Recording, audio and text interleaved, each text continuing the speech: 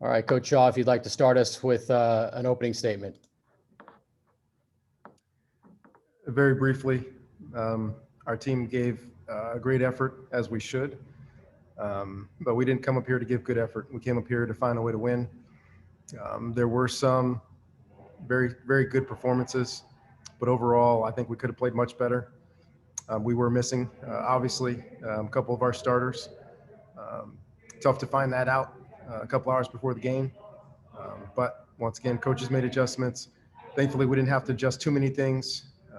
Jack West could step in as starting quarterback and run our operation.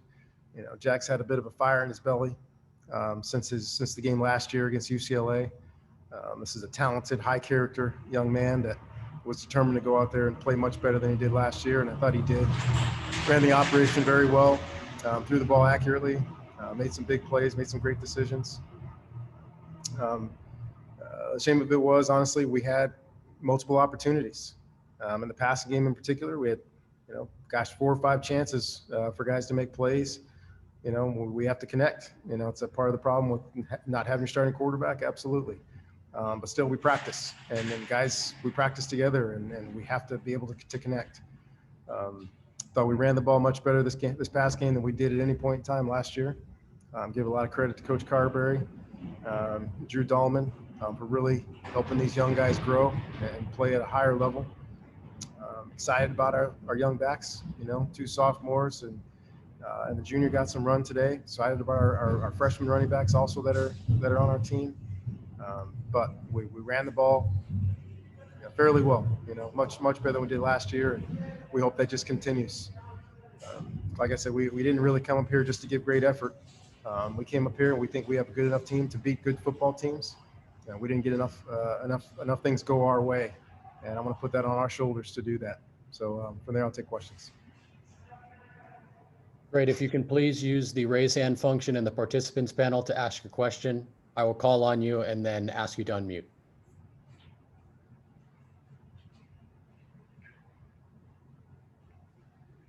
Our first question will come from Jacob Rayburn. Go ahead, Jacob. Hey, Coach, you mentioned starting with the positive of the improved run game and it looking better than really at any point last season. Can you break down for us the work of Coach Carberry, the work of the offensive line to get better, and the work of the running backs, and how, to your eyes, it culminated tonight? Well, there's an old coaching saying that I believe and we believe very strongly here, and that typically the biggest jump you make as a player is from year 1 to year 2.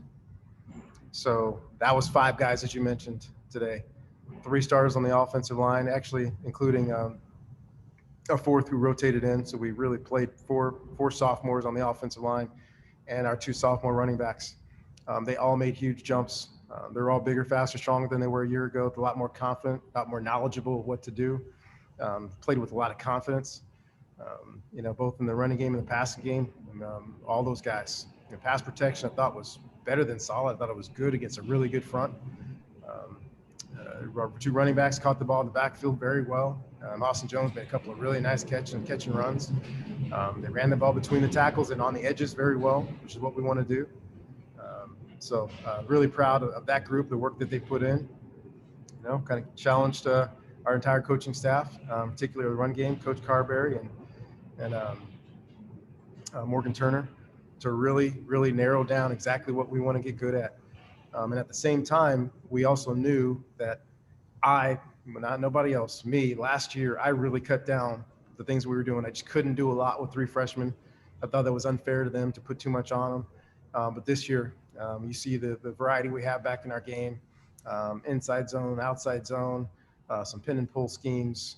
Our guys are able to handle more, so being able to put more on those guys. So trust our run game coaches in order to put those guys in position. And then the amount of work that these guys have put in, Coach Carroll and our strength conditioning staff, to change their bodies.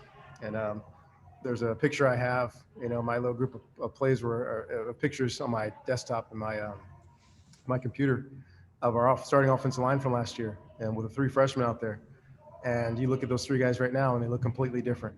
And that's what we do here. We know how to get our guys ready to go. I anticipate us being one of the better offensive lines in America over the next couple of years. And if I may, with a quick follow-up on the flip side, uh, based on obviously your first impression of watching everything live, what was Joe Moorhead able to do in the second half to, beat the defense that had stood pretty well in the first half? Well, they've got good players. Um, we believe we've got speed in our secondary, and hey, we got beat 3 times on the deep ball. That'll get you. Get beat 3 times on the deep ball. Tough to come back. When you don't make enough plays on the offensive side when you have your opportunities, and we give them 3, that's tough. They broke out a couple of runs. They did a really good job. And what I know about Coach Moorhead, I've never met him. I actually wanted to meet him today. Didn't get a chance to meet him. Is he wants to run the football. Their coaching staff wants to run the football, and they stuck with it. We did a really good job in the first half, and second half they found a couple of creases. They cracked a couple of runs. They've got multiple really good running backs, and they cracked them. And when you give up a few explosive plays and you don't make enough on your side, the score gets lopsided. Thanks, Coach. Our next question will come from RJ Abadia in the bootleg. Go ahead, RJ. Coach, obviously it was a tough day at the office for Jet. Just curious, is there anything that we don't know that kind of went into his struggles today, or anything that particularly surprised you about how that worked out for him? Honestly, very surprising. We have a lot of faith and confidence in Jet. He's had an outstanding training camp coming off a major injury. He's worked his tail off to get back to where he is. Pre-game wise, he hit a couple 54-yard field goals. Was feeling great. And then, just had a string of misses. Very uncharacteristic. Our entire team, our entire coaching staff has a lot of faith and belief in Jet for the work that he's put in. If you can imagine having that difficult injury and how hard he's worked to come back and be ready to play, it's been phenomenal to watch. It's been great to watch. And he had a bad day today, right? Sometimes you just say, I had a bad day. Is he talented? Absolutely. Is he going to bounce back? You better believe it. And are we going to give him opportunities again? Yes, we are. He's our guy. We know how good and talented he is. He's worked too hard to get to where he is right now. And we believe he's going to bounce back. Our next question will come from Troy Clardy with the TreeCast. Go ahead, Troy.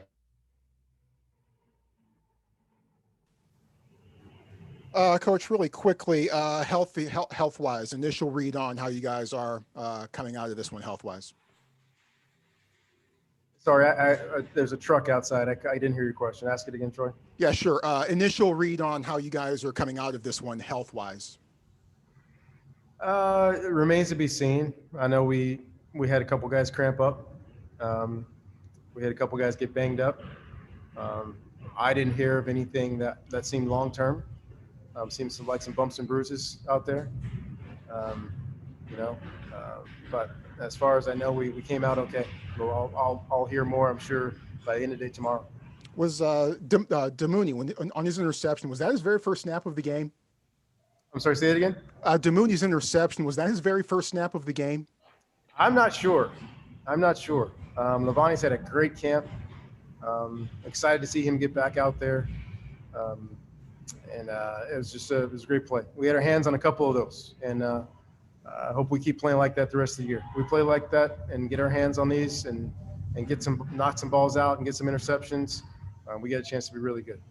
Okay, and finally, can you take me through a couple of fourth down decisions? The one to go for it on fourth down from the Oregon 33 in the first quarter that resulted in the big throw to Jones, and then fourth down from the 33 in the second quarter got the delay of game and decided to punt as well. Can you kind of take me through the thought process and going for it on one and maybe not going for it on the other? Yeah, I don't have a chart or anything. I don't have any statistical measurements. For me, it's about how we're playing. If we're playing well and we feel like we can get it, we've got a couple of good plays in mind, then we'll do it. If we are behind, not playing well, and we need to play field position, we'll do that. If we feel like we need to score and catch up, then we'll go for it. So kind of all those things, game flow really is going to be the decision maker. I'm in constant conversations with our staff. Where the field goal is, where the wind is, those are all factors as well. Our next question will come from Daniel Martinez-Krams in the Stanford Daily. Go ahead, Daniel. Hi, Coach. I had a Twitter video saying no distractions, no excuses before the game. Obviously, a massive distraction and a lot of reasons you can point to for excuses. How are you able to refocus your team, and do you think they were able to focus after that? Well, the best thing about it is those words are not my words. That's me quoting our guys back to them. Those are the words that they chose for this year. No excuses. The other thing that seemed very prophetic was relentlessly adapt. That's a phrase that our guys came up with this offseason. How difficult this offseason was to kind of stop and start. We're playing, we're not playing, we're pushing it back, we're getting going. Our guys said we're not going to complain. We're not going to just moan about things. Whatever parameters we're given, hey, we're going to go play. So that's been our team mentality. Our guys didn't hesitate tonight. You saw the way that they came out. They came out on fire. They came out, and Jack played really well. We marched right down the field. So that's a great sign for what we have to come.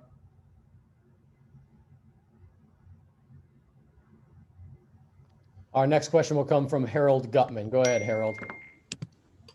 Hi, Coach. I know you touched on this a little bit with the previous question, but just how kind of frustrating is it? You had to play 3 quarterbacks last year I think it was the first time Stanford had 3 starting quarterbacks since 1974. You thought you'd be in a different place going into this year, and then the very first game to have things kind of, the quarterback carousel start again before you even play. And then also just, is Davis Mills definitely unavailable next Saturday against Colorado? I'll answer the second part first. I'm not sure. I'm sure we'll find out in the next couple of days what his situation is, what Connor Weddington's situation is. Hopefully both guys will be back, but that remains to be seen based on our administration, county, et cetera, the health officials. Some people in this call here know me better than others, but I'll answer you by saying this, Harold. I don't get frustrated. We handle whatever comes our way. And if we've learned anything from the difficulties of last year, if we've learned anything about the last 6 months as Americans, we have to be able to adapt. We have to be able to realize that things will change. And when they do change, great. We accept the possibility, we accept what happens, and we make the best decision going forward. So no hesitation, no down daubers. It's just looking at what we can do and finding a way to come out and be successful. We have time for one final question from Kylan Mills. Go ahead, Kylan. Okay, sorry. I thought you might unmute me. Hey, Coach. I know we talked about previously just obviously training camp being a lot different this year, shortened, not the same amount of time to get guys physically ready and to evaluate everyone. How did you feel about where your guys were at today as far as game execution, physicality? Was it what you expected? And how do you feel moving forward in Pac-12 play now that you've seen kind of where they stack up against one of the top teams in the conference, or the top team in the conference possibly? Yeah, I give a lot of credit to our strength staff, Colin Carroll and his group, and our guys. And our guys really, from the very beginning, from the day we sent them home in March, they were very serious about, hey, we want to play. Whatever it takes to play, we want to play. So some guys went home, worked at home. Some guys stayed here, worked here. Some guys had to do some back and forth. And all the while, the mentality was the same. Led by our seniors, our guys who voted as captains, our mentality has never changed. So I was pleased to see that we were able to run out there, pleased to see the way that we were physical. We fought a really good football team, nose to nose, for a little over a half. And then they made a couple plays that we didn't make. And for me, that wasn't about physical conditioning. It wasn't about talent. I think hopefully you saw that we've got talent, we've got ability out there in all offense, defense, special teams. It came down to guys making plays, and they made quite a few more than we did in the second half. We still made some, but kind of a little too late. When those opportunities come, You know, we missed some in special teams. We missed a couple defensive wise. We got our hands on a couple of more balls. And offensively, like I said, we had some one-on-ones in the passing game that we have to make. With the guys that we have to make those plays.